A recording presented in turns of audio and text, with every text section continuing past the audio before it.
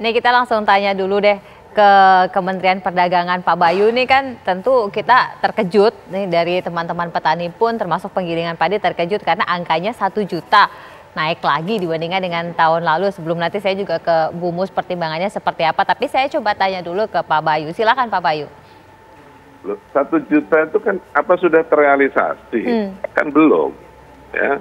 Tahun 2018, Bulog pernah diberikan izin sampai 500.000 pada waktu itu. Dan tidak ada realisasi sama sekali. Sampai akhir tahun nggak impor sama sekali.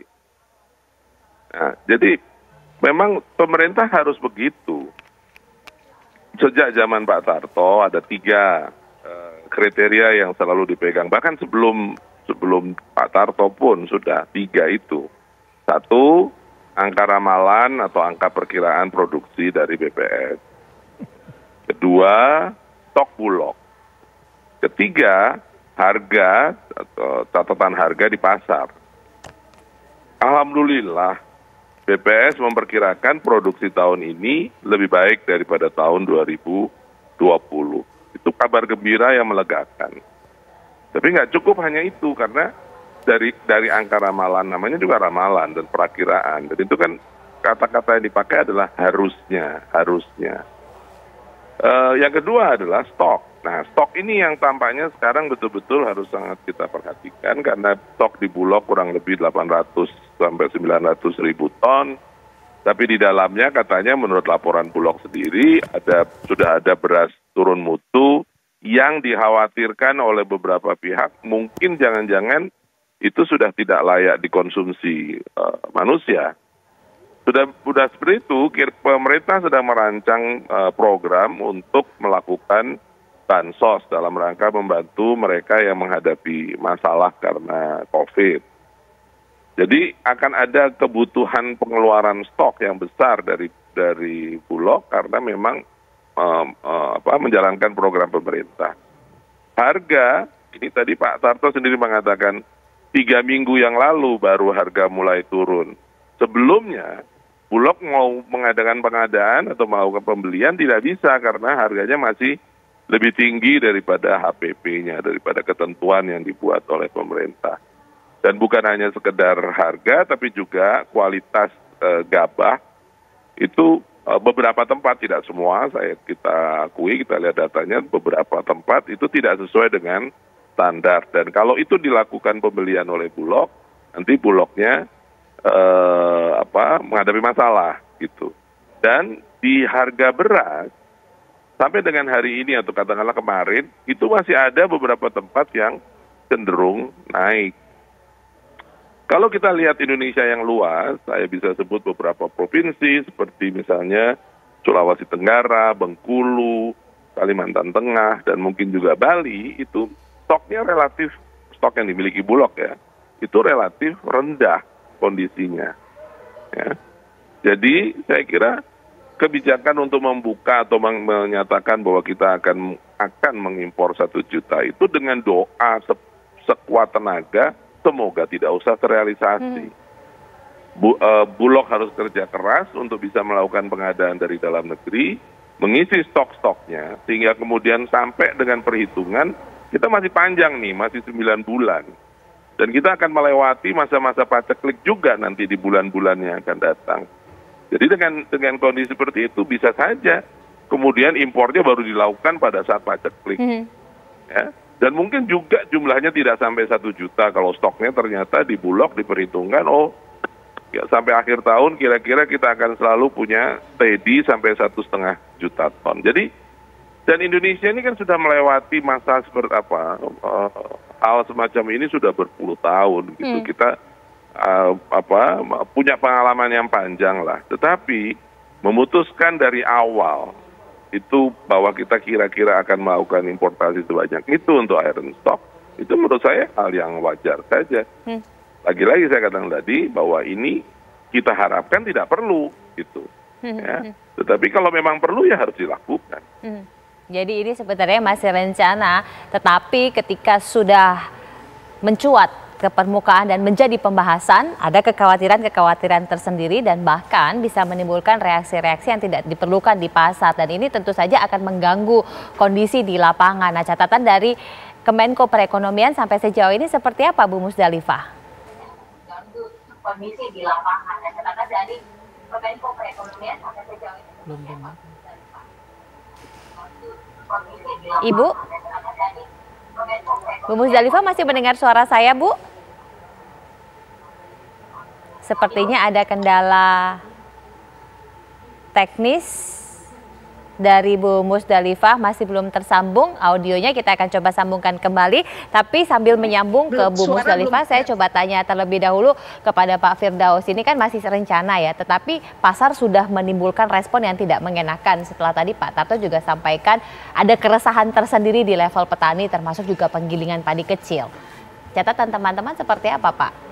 Ya Mbak, jadi kalau agak lebih teoritis ya, dari sisi ekonomi pertanian, beras ini kan dari sisi permintaan dia memang inelastis karena dia permintaan barang pokok. Kemudian dari sisi penawaran ya juga sangat inelastis.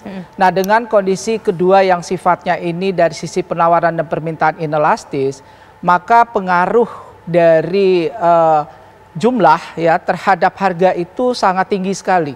Ya. Nah, pengaruh jumlah ini bisa dari jumlah yang memang real tersedia atau terpasok di pasar, atau juga yang sifatnya mungkin lebih kepada market sentiment atau sentimen pasar.